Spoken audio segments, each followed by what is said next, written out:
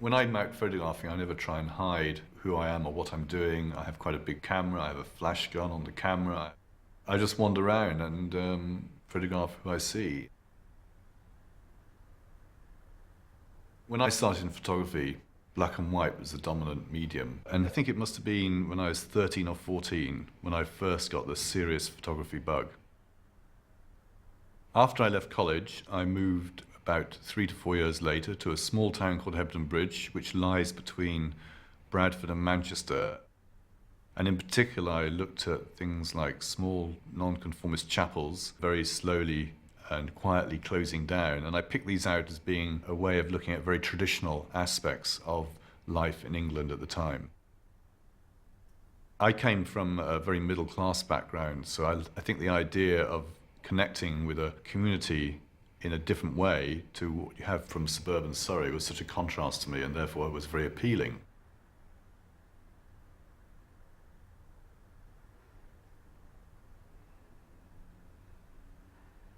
This was an inaugural banquet for the new mayor of Todmorden.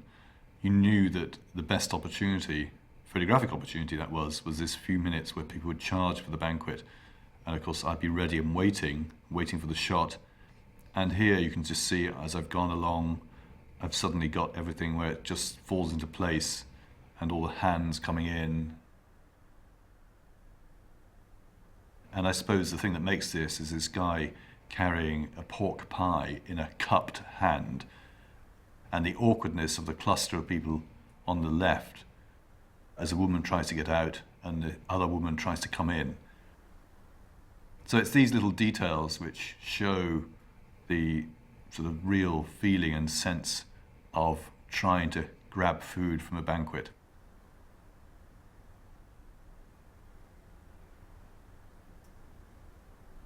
Later on, I decided that I would start shooting in colour and go up a format. And when I started doing colour in '82, I never did black and white again.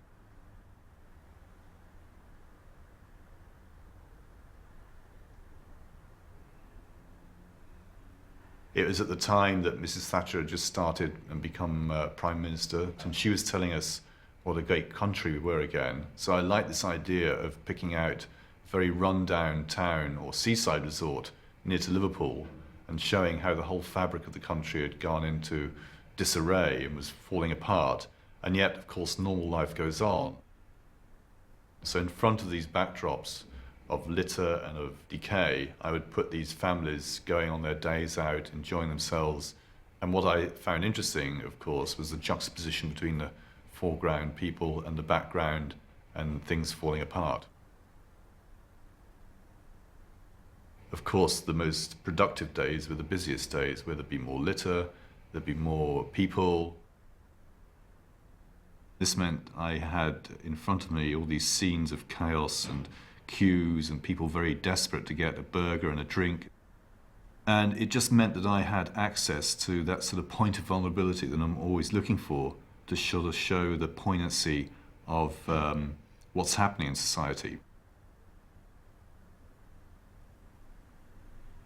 In the mid-'80s, I did a whole series of photographs about British people going to France to buy very cheap beer and duty-free items.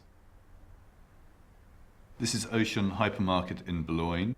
There was such demand for beer that sometimes it would actually run out. So people would literally be quite desperate to make sure that their trolley would be full before they got to the checkout. You can see here I'm wandering around, and then suddenly this woman comes along and pulls out the Stella Artois. And I like the expression on her face, a mixture of sort of despotism and heroicism. She's so desperate to get hold of a beer, it saved her life by grabbing it. You can see it's slightly off tilt, and this is just to give an emphasis of the disorder and the dysfunctional nature of being in a hypermarket when it's completely chaotic. I think it's important now to look at aspects like the wealth of the Western world rather than just the problems that you find in the Third World, and indeed wars and famines and such subjects, which are more traditional subjects for photographers. But I'm a very big hypocrite insofar that I'm making things and objects which become part of the thing that if you read my photographs carefully, I'm preaching against. So I love the fact that my work is surrounded by hypocrisy and prejudice and all these things that people don't expect photographers to be pursuing.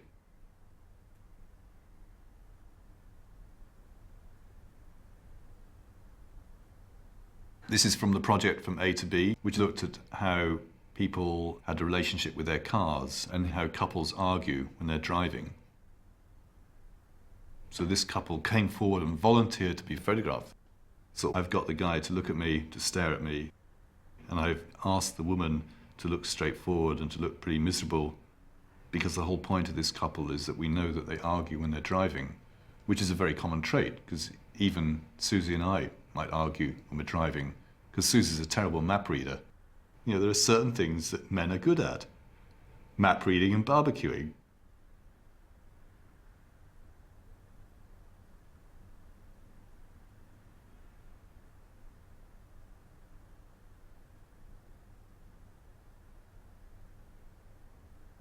The idea of boring is really fascinating, and in the world where we're given more and more distractions, more and more things to look at and to keep our attention scanned, which is getting less and less, the idea of something being boring for the sake of it is very appealing to me.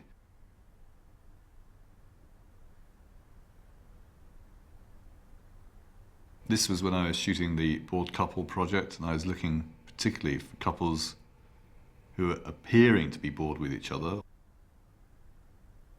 And the idea behind this was this notion of what a bunch of lies photographs are, because we look at couples, we assume they may be bored, but we don't know if they are at all. Part of the motive for this is to challenge the idea of what photographers say about the photographs, to make a very provocative statement about the photographs, which in fact I've tried to undermine by showing myself as appearing to be bored, but knowing full well that it's a big lie, that in fact I was very excited.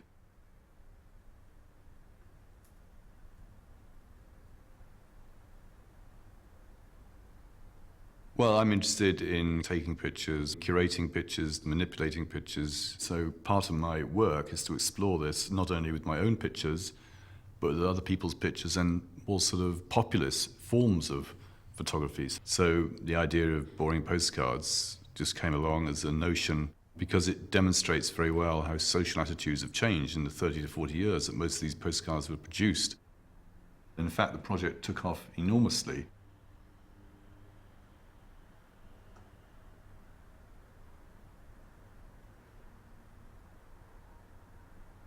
And it's because of that that I decided to go to the town of Boring in Oregon in America. And I made a pilgrimage. So I photographed every single thing, building, street, house, shop counter in Boring, and then put together a huge album of 468 pictures, which I then called Boring Photographs.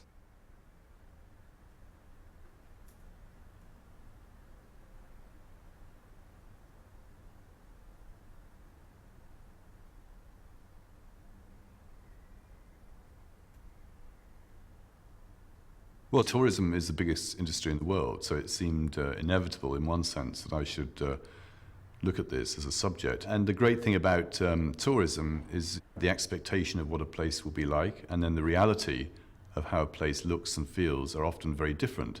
So the basic concept of this project is to explore the difference between expectation and reality.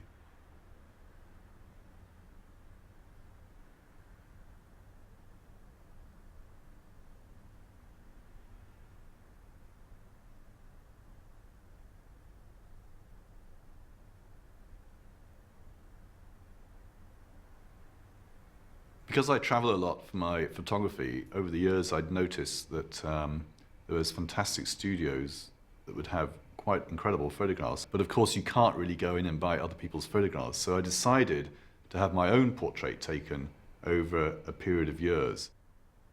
I sit in the photograph. I always insist on not smiling, although many of the photographers try and make you smile. I try and make my pose very similar in order to highlight the differences between the approaches and techniques that these studio photographers use. So in a sense, this project called Autoportrait became a celebration of the basic studio photograph throughout the world and the different ways in which people would do this.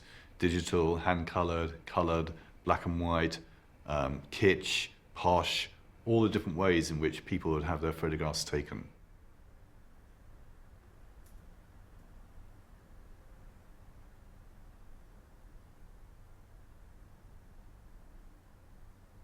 In 1995, I changed from using a 6x7 camera to a much smaller format, 35mm, because I was very interested in exploring the idea of coming in a lot closer to the subject. And together with that, I had a ring flash. This is a flash where you have a flash on either side of the lens, so you therefore get very even lighting, almost like a portable studio.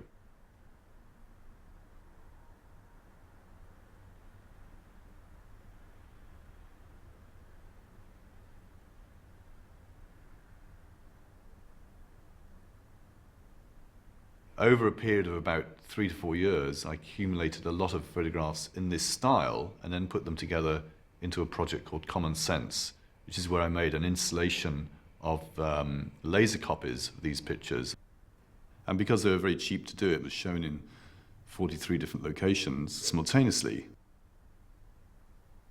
And this, therefore, was perfect conceptually for the type of work that it was. It was cheap, nasty, colourful, bright, and ubiquitous.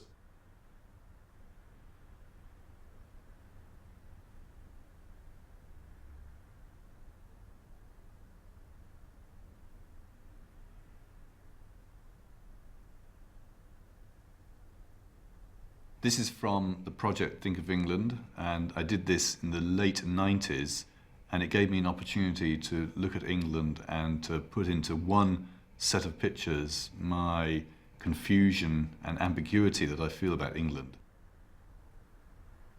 England's a place that I both am very fond of and indeed am part of, but sometimes I get very annoyed by it. So this picture shows someone eating a bacon sandwich. If you're eating a bacon sandwich, the bacon rind is really annoying. And here it demonstrates someone's trying to get rid of the bacon by teasing it out with their teeth and trying to flick it off, but it's not always a very easy thing to do. If you look at it objectively, it's a very revolting photo, but also it's a very affectionate photo because it reminds us that we're all part of the sort of bigger scheme of things, and it's something like bacon rind that joins us all together. However superior we may feel, or indeed inferior, we still have the same problems with bacon rind. Even the Queen would have a problem with the bacon rind, although perhaps she has someone cut it off for her.